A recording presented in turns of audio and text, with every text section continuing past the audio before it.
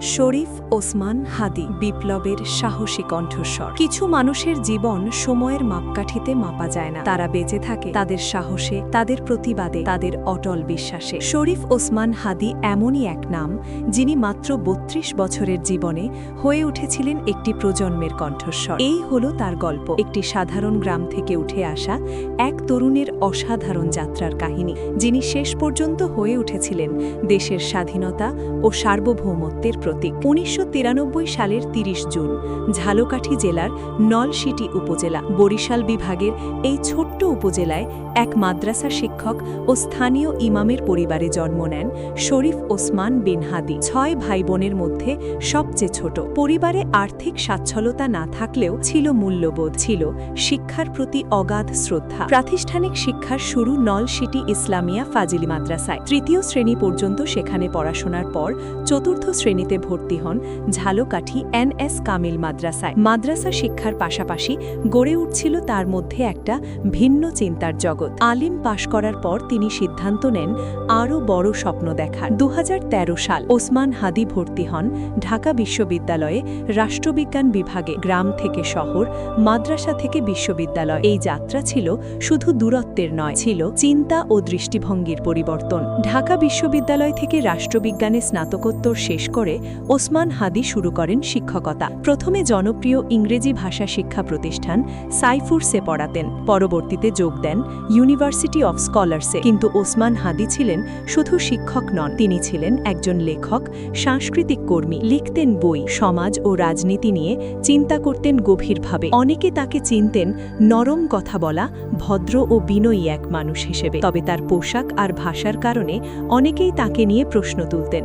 কিন্তু তার সহকর্মীদের দাবি, জুলাই অভ্যুত্থানের আগে কোনো রাজনৈতিক দলের সাথে তিনি সরাসরি যুক্ত ছিলেন না। তার লড়াই ছিল মূল্যবোধের, ন্যায়ের, সত্যের পক্ষে। ২০২৪ সাল জুলাই মাস বাংলাদেশের ইতিহাসে এক অবিস্মরণীয় সময়। রাস্তায় নেমেছিল ছাত্র জনতা, দাবি ছিল ন্যায় বিচার, স্বচ্ছতা, পরিবর্তনের। আর এই অভ্যুত্থানে ওসমান হাদির জীবন পাল্টে গেল চিরতরে।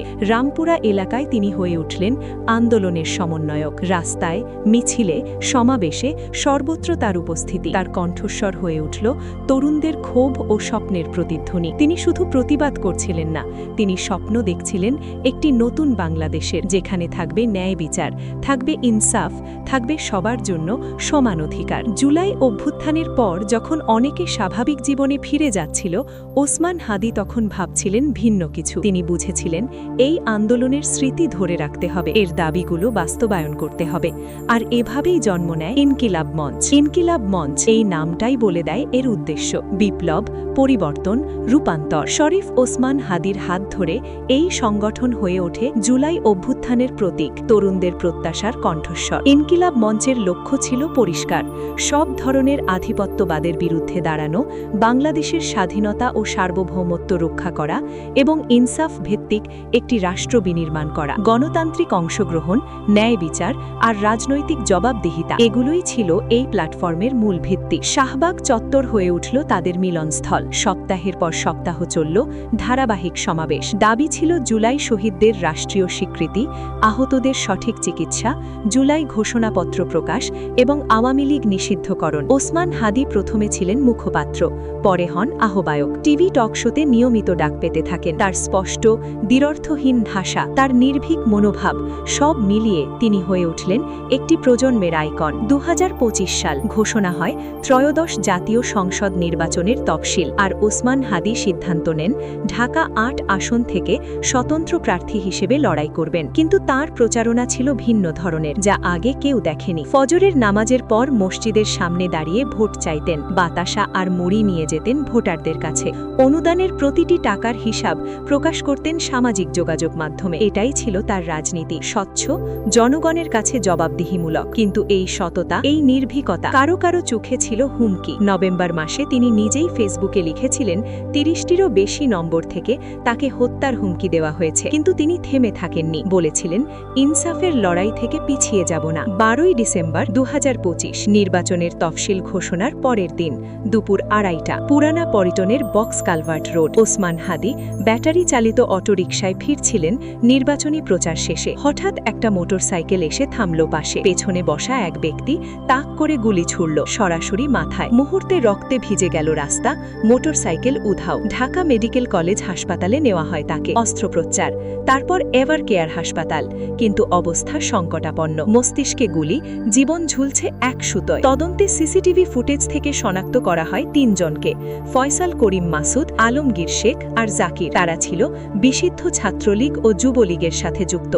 খবর আসে তারা পালিয়ে গেছে ভারতে। 16 ডিসেম্বর সিদ্ধান্ত নেওয়া হয় উন্নত চিকিৎসার জন্য সিঙ্গাপুর নেওয়ার। এয়ার অ্যাম্বুলেন্সে তাকে পাঠানো হয় সিঙ্গাপুর জেনারেল হাসপাতালে। সাথে আছেন তার ভাই, বাংলাদেশি চিকিৎসক আর নার্সরা। 17 ডিসেম্বর সিঙ্গাপুরের পররাষ্ট্রমন্ত্রী ভিভিয়ান বালাকৃষ্ণন নিজে দেখতে যান। প্রধান উপদেষ্টাকে ফোন করে জানান হাদির অবস্থা অত্যন্ত সংকটাপন্ন। সারা দেশে মানুষ দোয়ায় ব্যস্ত, কিন্তু সময় ফুরিয়ে আসছে। 18 ডিসেম্বর 2025 বাংলাদেশ সময় রাত 10:15 সিঙ্গাপুর জেনারেল হাসপাতাল। 7 দিনের লড়াইয়ের পর শরীফ ওসমান হাদি শেষ নিঃশ্বাস ত্যাগ করেন। মৃত্যুর খবরে স্তব্ধ হয়ে যায় দেশ। প্রধান উপদেষ্টা অধ্যাপক মুহাম্মদ ইউনুস রাতেই জাতির উদ্দেশ্যে ভাষণ দেন। 19 ডিসেম্বর ঘোষণা করা হয় রাষ্ট্রীয় শোক দিবস। সিঙ্গাপুরে প্রথম জানাজা, তারপর তার দেহ ফিরিয়ে আনা হয় স্বদেশে। ঢাকায় লাখো মানুষের উপস্থিতিতে দ্বিতীয় জানাজা। শেষ বিদায় তার প্রিয় মাতৃভূমিতে। মাত্র 32 বছরের এক জীবন,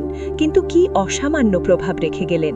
তিনি হয়ে রইলেন জুলাই গণ অভ্যুত্থানের প্রতীক, তরুণ প্রজন্মের অনুপ্রেরণা, বিপ্লবের সাহসী কণ্ঠস্বর। ওসমান হাদি চলে গেছেন, কিন্তু তার স্বপ্ন থেকে গেছে, তার আদর্শ থেকে গেছে।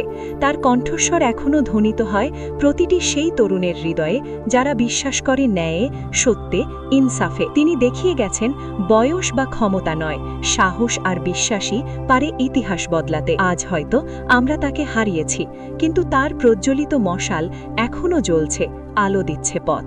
ওসমান হাদি একটি নাম নয়, একটি আন্দোলন, একটি প্রত্যয়, একটি অমর কিংবদন্তি। ইন্না লিল্লাহি ওয়া ইন্না ইলাইহি রাজিউন। আল্লাহ তাকে শহীদের মর্যাদা দিন। শান্তিতে ঘুমাও বিপ্লবের সৈনিক, তোমার স্বপ্ন পূরণ করবে আমরা, এই প্রতিশ্রুতি। শরীফ ওসমান হাদি এবং জুলাই গণ অভ্যুত্থানের সকল শহীদ ও আহতদের প্রতি তাদের ত্যাগ বৃথা যাবে না। এতক্ষণ আমার সাথে থাকার জন্য ধন্যবাদ। অবশ্যই সবাই কমেন্ট করে জানাবে। আবার দেখা হবে নতুন কোনো গল্পে।